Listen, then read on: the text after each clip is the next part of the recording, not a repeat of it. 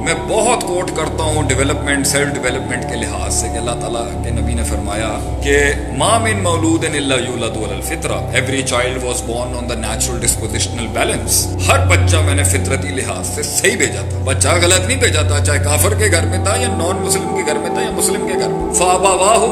ماں باپ کے اوپر جرم عائد کرایا اللہ نے یہاں پر کہ یہ ماں باپ ہوتے ہیں. اور اگر ہم ادھر قیاس بھی کر لیں تھوڑا سا ابویت کے اوپر، ہر وہ انسٹیٹیوشن جو اس کی نرشمنٹ کے لحاظ سے رسپانسبل تھی، جو اس کی تربیت اور مائنڈ سیٹ مائنڈ میکنگ کے لحاظ سے کیا کرتی ہے، جو حفیدانی مجلسانی نصرانی او کما قال نبی سے وہ اسے آف دا ٹریک لے جاتی، وہ اس کے سٹینڈرڈز کو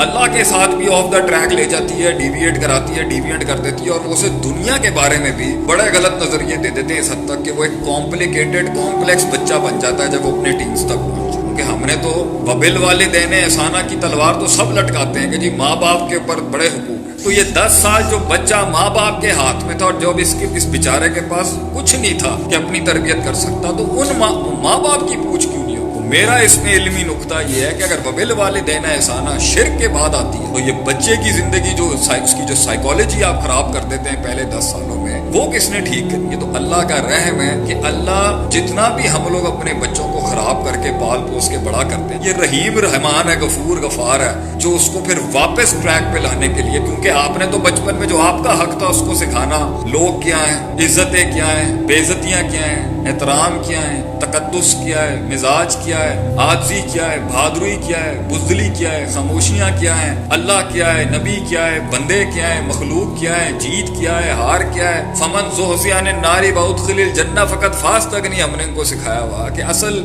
ریئل ایبسولوٹ سکسیس کیا ہوتی ہے. تو جب وہ آئے گا دنیا کے اندر، اللہ نے تو اس کے لیے مقام لکھے ہیں نا. تو جب انسان کے گھر والے اس کی تربیت ٹھیک نہیں کرتے نا، وہ ایک مکس پلیٹ کنفیوز کمپلیکیٹڈ قسم کا ایک انسان بن کے معاشرے میں آتا ہے جس کی کوئی سینس آف بلونگنگ اور سینس آف آنر نہیں ہوتا. وہ یہاں ہوائیں چلتی ہیں تو یہاں کا کلچر لے لے گا، یہاں ہوائیں چلیں گی تو یہاں کا کلچر لے لے گا. یہ مشہور ہوئے تو ان کے پیچھے لگ گیا، وہ مشہور ہوئے تو ان کے پیچھے لگ گیا. کوئی اپنی سیلف اسٹیم نام کی چیز ہی نہیں، کوئی اپنی بینگ ہی نہیں اندر سے جو فیصلے کر سکے اور ان فیصلوں پہ ڈٹ سکے اور ان فیصلوں پہ کٹ سکے اور ان فیصلوں پہ جمع کر سکے. بنایا نہیں ہوتا. تو ہم ادھر ادھر سے ادھار لے رہے ہوتے ہیں آئیڈینٹی کرائسس میں. لیکن اللہ جب اس کو لانا چاہ رہا ہوتا ہے نا، اس کو ٹریک پہ لانا چاہ رہا ہو، تو اب کیسے سمجھے؟ ہاتھ پکڑ کے اگر اللہ کرائے گا تو جبریہ کا عقیدہ ٹھیک ہو جائے گا کہ اللہ جبرن انسان سے کروا دیتا ہے. اور اگر اسی کے حوالے اس کو کر دے گا تو آپ صلی اللہ علیہ وسلم کی دعا تھی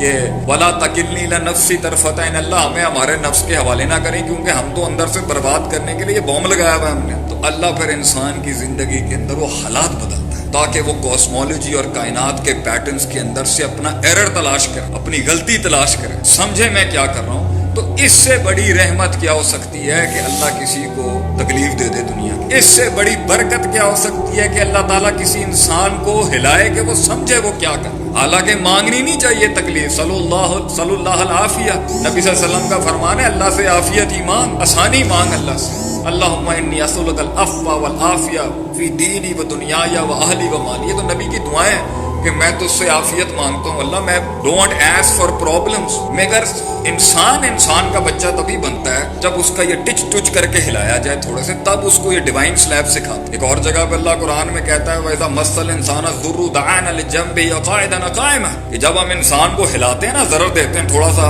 کام روکتے ہیں، اس کی پیمنٹس رکواتے ہیں، اس کے پیسے ڈباتے ہیں، اس کو برباد کرتے ہیں، بچوں کی فوتگیاں ہو جاتی ہیں، بیمار کرتے ہیں، آگے پیچھے سے اس کا پروسیس روک دیتے ہیں، رشتہ دار خلاف کرا دیتے ہیں، دنیا اس کو پتھر مارنا شروع ہو جاتی ہے، لوگ دھوکے دینا شروع ہو جاتے ہیں، ٹیم ہی نہیں ملتی، ٹیم ملتی ہے تو انسان نہیں بنتی، انسان بنتی ہے تو وفا نہیں کرتی، ایس او پیز کو فالو کرانے جائیں تو ایس او پیز فالو نہیں کرتا. یہ سارے اللہ کہتا ہے جب ہم اس کو تکلیف دیتے ہیں نا، تب اس کی اسپرچویلٹی جاگتی ہے، تب اس کی روحانیت کی پورشن جاگتا ہے جس کو اس نے کمپرومائز کیا ہو. زندگی کے سفر میں جن لوگوں نے اس کے ساتھ کام کیا انہوں نے سپر نیچرل کو چھوڑ دیا، جنہوں نے سپر نیچرل سنبھالنے کی کوشش کی انہوں نے میتھمیٹکس چھوڑ دی، جنہوں نے اونٹ باندھنے کو سمجھا وہ وسائل کے پیچھے ایسے لگے، ان کے نزدیک توکل، دعا، نماز، سجدہ،